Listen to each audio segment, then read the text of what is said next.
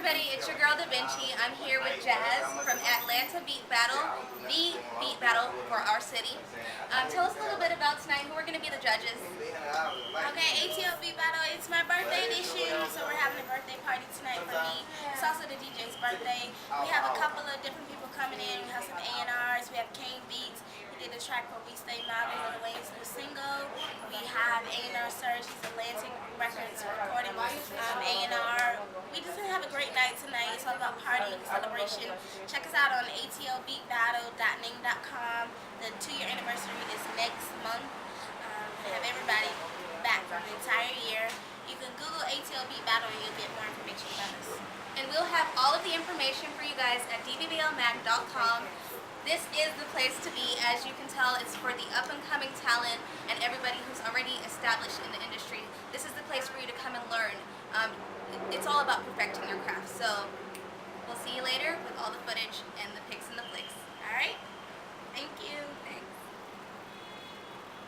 Here with T-Nice. He is one of the producers who are going to be battling tonight. He says he won last month. Last year, September. Last year, September. So we want to see if he can take it again. Tell him a little bit about what you do and some of the things that you may have coming up. Alright, cool. Well, I'm a producer. I done stuff for Drake. He's popping right now. I did it before he really started popping. I just finished doing something for Jeezy. I did something for Luda too. Right now we about to get a big placement. I don't know when, but we're working on it. And I just come here. Jasmine called me to come through, so I just came. Sounds good. Sounds good. I mean, how many beat battles do you do? Are you accustomed to doing these all the time? I do it when I get a call. When I get a call, I do it. You know what I'm saying? I won one in New York. I won one in Toronto, my hometown. I won one here. So I just came back to see if I could repeat it. You know what I'm saying? Alright, sounds good. Well, we want to say a quick good luck to you. This is going on dvblmag.com. Say hello to the audience, and we'll see if you win tonight. Alright, well, shout out to dvblmag.com. D.V.B.L.mag.com. Shout out to them. And yeah, I'm going to see if I can win tonight. Well, I will win. Alright, good luck. Yeah. Alright. First, let me introduce myself. My name is Capricio Scats. I'm the Associate Director of Writer and Publisher Relations for CSAC here in the Atlanta office. As many of you may know, CSAC is one of 3 performing rights organizations here in the United States. There's ASCAP, there's BMI, and there's CSAC. When you look at publishing, publishing is your 401k plan.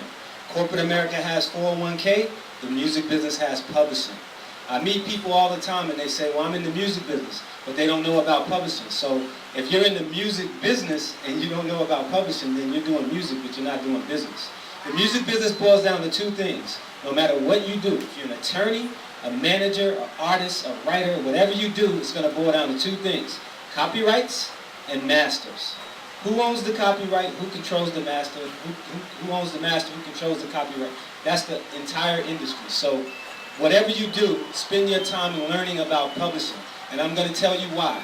When you look at publishing, it's basically 7 streams of income, right? If you talk to a millionaire, they're going to say, if you want to be rich, you got to have 7 streams of income. A lot of us have a couple drips, but we're trying to get some streams. Well, publishing is where your streams are. So when you look at publishing, you're dealing with performance royalties is one area, so that deals with ASCAP, BMI, CSAC. Every time your songs are being played on the radio, if you're sitting in a restaurant, you hear music being played. If you're in an elevator, you hear music. If you're watching television, you hear music. Wherever music's being played publicly or performed live, it's the job of ASCAP, BMI, and CSAC to collect those royalties and to pay those to you, the songwriters and publishers. Definitively, that's what we do. There's another area that's called mechanicals. Mechanical royalties deal with the physical sale of the CD. So every time that CD is being sold, there's a mechanical royalty that's being generated. And that's paid from the record label through to the publisher. All right, there's another area that's called new media. And that's really now media because it's happening right now. I think that when they came up with the term new media, it was sort of in the distant future. But we're really talking about what's happening right now. And that's dealing with ringtones, ringbacks, MySpace, YouTube, all of those ancillary areas where these monies are being collected. That is considered new media. There's another area that's called derivatives. Derivatives deal with like old pre-existing work. So let's say there's an Earth, Wind, and Fire song, you sample it, all the writers that were originally on that song now participate and they share in that copyright, so you have to continue to pay them also. So that's a derivative one. Another area is print. Let's say a band wants to do your song and they want to get the sheet music, and so they print it. Or say you're in Vibe magazine and they're talking about you, and then they take your lyrics and they put it in the magazine, or they take your music and they put it in the magazine. That's an area called print. There's another area that's called grand rights, G-R-A-N-D. Grand rights deal with, let's say you write the music to Little Shop of Horrors, and some college, some university, some high school wants to recreate that play, then they have to come see you, the original owner. The key to all of this is ownership. When you look at publishing, it's like property, it's like real estate. In my experience in this business, you never get what you're worth, only what you negotiate. Your negotiation power is your publishing, that's your leverage. So, that's just the areas.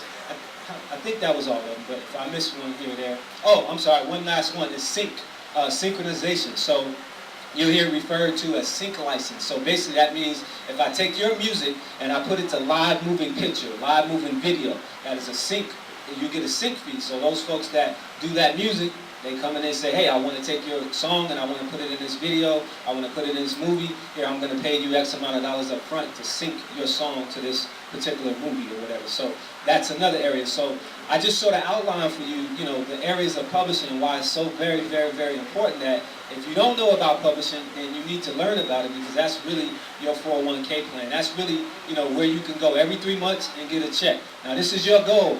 You want to become a 70-year-old man, a 70-year-old lady, and every 3 months you get up like this, and you go to the mailbox, you come back in the house like shit. Whoa. And that's all the work you want to do. The only place you can do that is in music publishing. You can't do that nowhere else. So if you're in music and you're doing something else, you ain't in the business.